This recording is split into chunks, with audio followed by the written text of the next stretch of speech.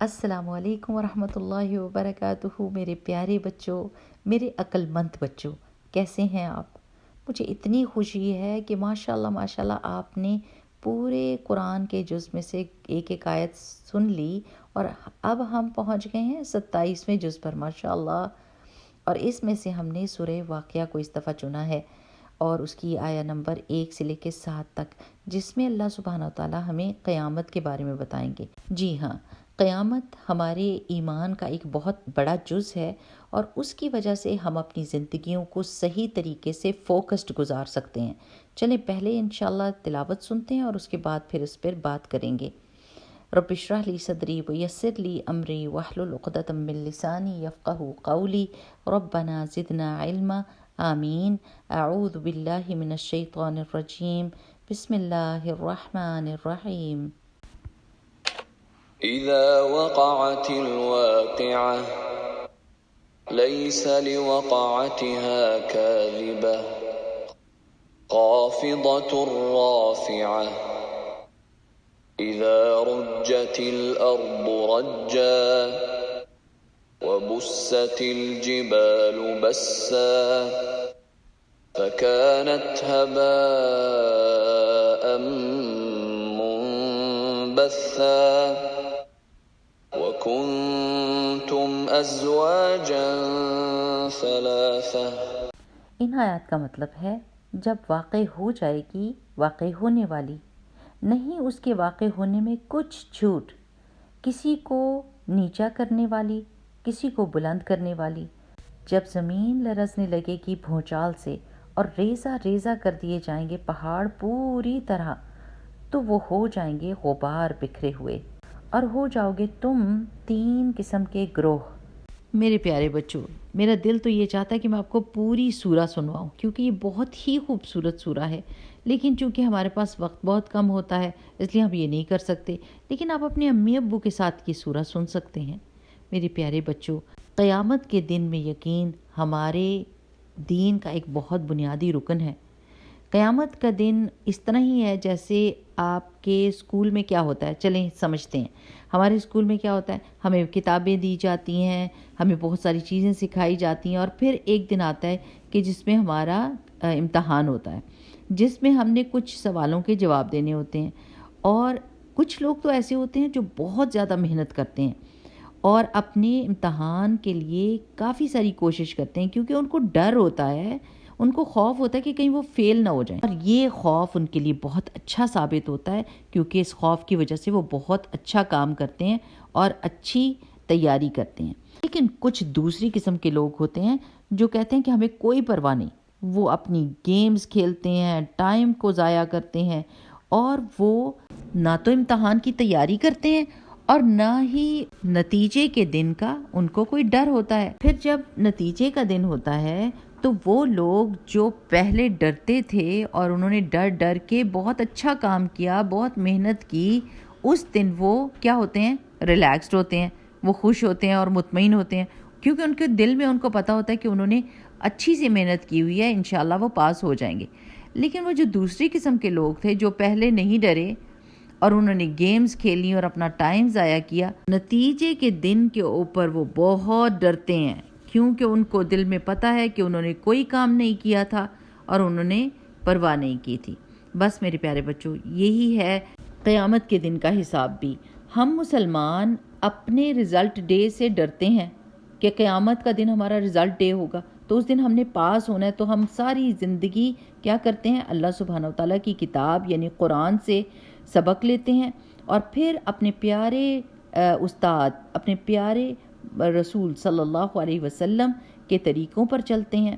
ہم پوری کوشش کرتے ہیں کہ ہم اپنی زندگی کے سارے امتحانوں میں کامیاب ہوں، اللہ کے رسول صلی اللہ علیہ وسلم کی زندگی کو فالو کرتے ہوئے، اور انشاءاللہ قیامت کے دن ہم مطمئن ہوں گے، جیسا کہ اللہ سبحانہ وتعالیٰ نے قرآن پاک میں فرمایا ہے کہ لا خوف علیہم ولا هم یحزنون، ایسے لوگوں کے اوپر نہ کوئی خوف ہوگا اور نہ وہ غمگین ہوں گے۔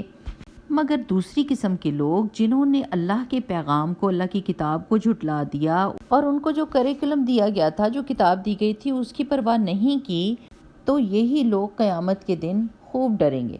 پیارے بچوں، یہ جو آیات آج ہم نے سنی ہے سورہ واقعہ کی، اس میں اللہ سبحانہ تعالیٰ ہمیں یہ بتا رہے ہیں کہ یہ دن آ کر ہی رہے گا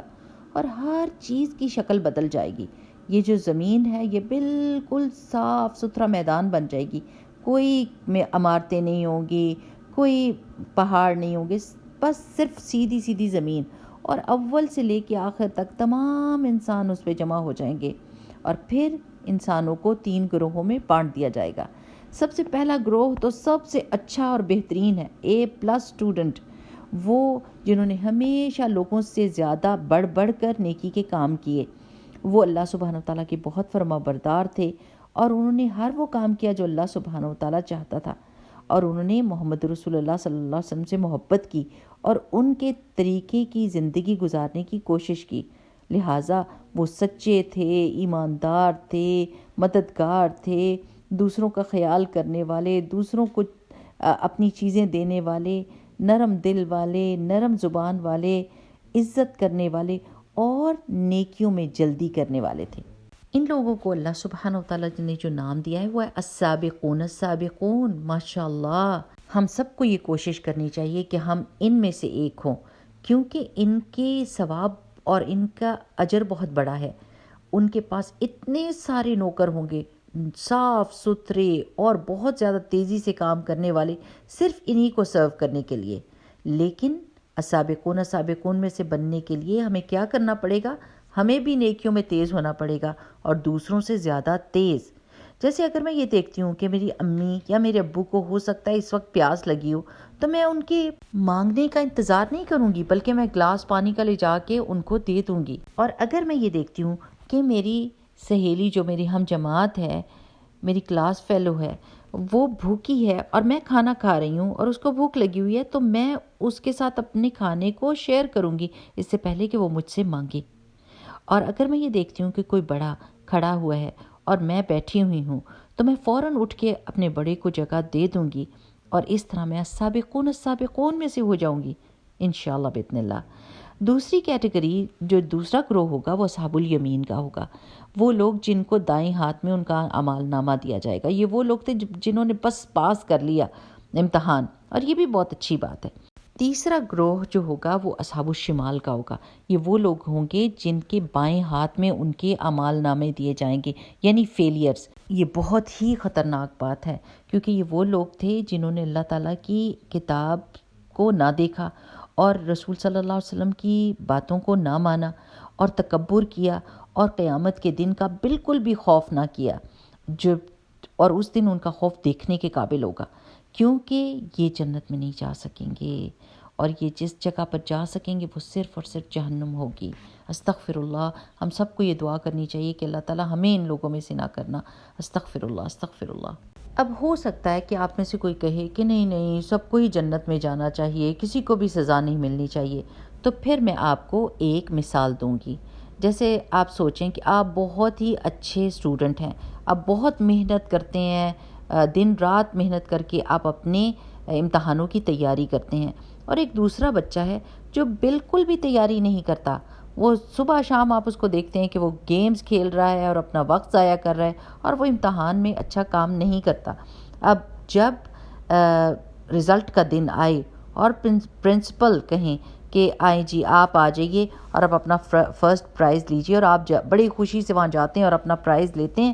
اور ساتھ ہی اس فیلئر اسٹوڈنٹ کو بھی پرنسپل بلا کے وہی والا فرسٹ پرائز اس کو بھی دے دے اور کہے کہ آپ بھی فرسٹ آئے ہیں اس بچے کے ساتھ، تو آپ کیا کہیں گے؟ آپ کہیں گے یہ انصاف کی بات نہیں ہے، اس نے تو تیاری کی ہی نہیں تھی اور میں نے تو بہت محنت کی تھی، ہم دونوں برابر کیسے ہو سکتے ہیں؟ چلیے ایک اور بھی اگزامپل آپ کو دیتی ہوں کہ آپ سارے اسکول کے رولز کو فالو کرتے ہیں، آپ بہت ایماندار ہیں، آپ بہت امن والے ہیں، آپ اپنی استاد کی بہت باتیں مانتے ہیں، اور ایک دوسرا بچہ ہے جو کلاس میں انٹر ہوتا ہے، وہ آپ کی چیزیں چوری کر لیتا ہے، وہ آپ کو بلی کرتا ہے، وہ آپ کو مارتا ہے، آپ کا جوتا اٹھا کے کلاس سے باہر پھینک دیتا ہے، آپ کے بیگ کو پھاڑ دیتا ہے،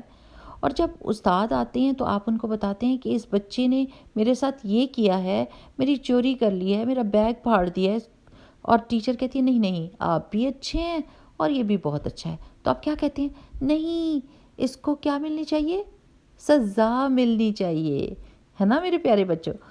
بس اسی طرح سے جیسے دنیا میں دیکھیں کہ سزا کی کچھ جگہیں ہوتی ہیں نا، جیسے جیل ہوتی ہے ان لوگوں کے لیے جو مجرم ہوتے ہیں، جو جرم کرتے ہیں، لوگوں کو تنگ کرتے ہیں یا لوگوں کی چوری کرتے ہیں، بالکل اسی طرح سے قیامت کے دن بھی ایک مجرموں کو سزا دینے کے لیے ایک جیل ہوگی جس کا نام ہے جہنم۔ اب سوال یہ ہے کہ اللہ سبحانہ وتعالیٰ نے ہمیں کیوں خبردار کیا ہے جہنم سے؟ پیارے بچوں، اس لیے کہ اللہ سبحانہ وتعالیٰ ہم سے بہت زیادہ محبت کرتے ہیں اور وہ چاہتے ہیں کہ ہم اس سے دور رہیں۔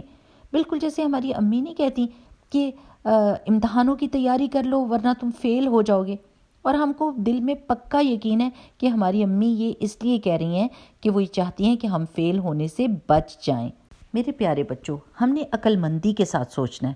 یہ کہنے کی بجائے کہ اللہ تعالیٰ جہنم کے بارے میں کیوں بات کرتے ہیں، ہم نے یہ کہنا ہے الحمدللہ کہ اللہ تعالیٰ جہنم کے بارے میں بات کرتے ہیں، کیونکہ اس طرح سے وہ ہم کو خبردار کر رہے ہیں تاکہ ہم اپنی پوری کوشش کریں اور اس چیز سے دور رہیں۔ اور ہم نے کرنا کیا ہے کہ ہم نے اپنی پوری کوشش کرنی ہے کہ ہم سابقون السابقون میں سے ہو جائیں، جو نیکیوں میں بہت تیزی کرتے ہیں، اور ہمیں اس نیکیوں کے کرنے کے بعد کیا ملے گا؟ جنت الفردوس الاعلیٰ انشاءاللہ، سب سے بہترین جنت۔ میرے پیارے بچوں، ایک حدیث ہے رسول اللہ صلی اللہ علیہ وسلم کی کہ جو انسان، یعنی میں آپ کو اس کا مفہوم بتا رہی ہوں، کہ جو انسان ایک دن میں 3 دفعہ جنت کا سوال کرتا ہے، جنت خود کہے گی اللہ تعالیٰ سے کہ اللہ تعالیٰ اس بندے کو جنت میں ڈالیے، اور جو بندہ ایک دن میں 3 دفعہ جہنم سے پناہ چاہتا ہے اللہ تعالیٰ کی، جہنم خود کہے گی کہ اللہ سبحانہ تعالیٰ اس کو جہنم سے بچائیے۔ تو اس کا مطلب کیا ہے کہ جہاں ہم نیکیاں کر رہے ہیں اور برائیوں سے بچ رہے ہیں اور کام کر رہے ہیں، وہاں ہم دعائیں بھی خوب خوب مانگیں اللہ تعالیٰ سے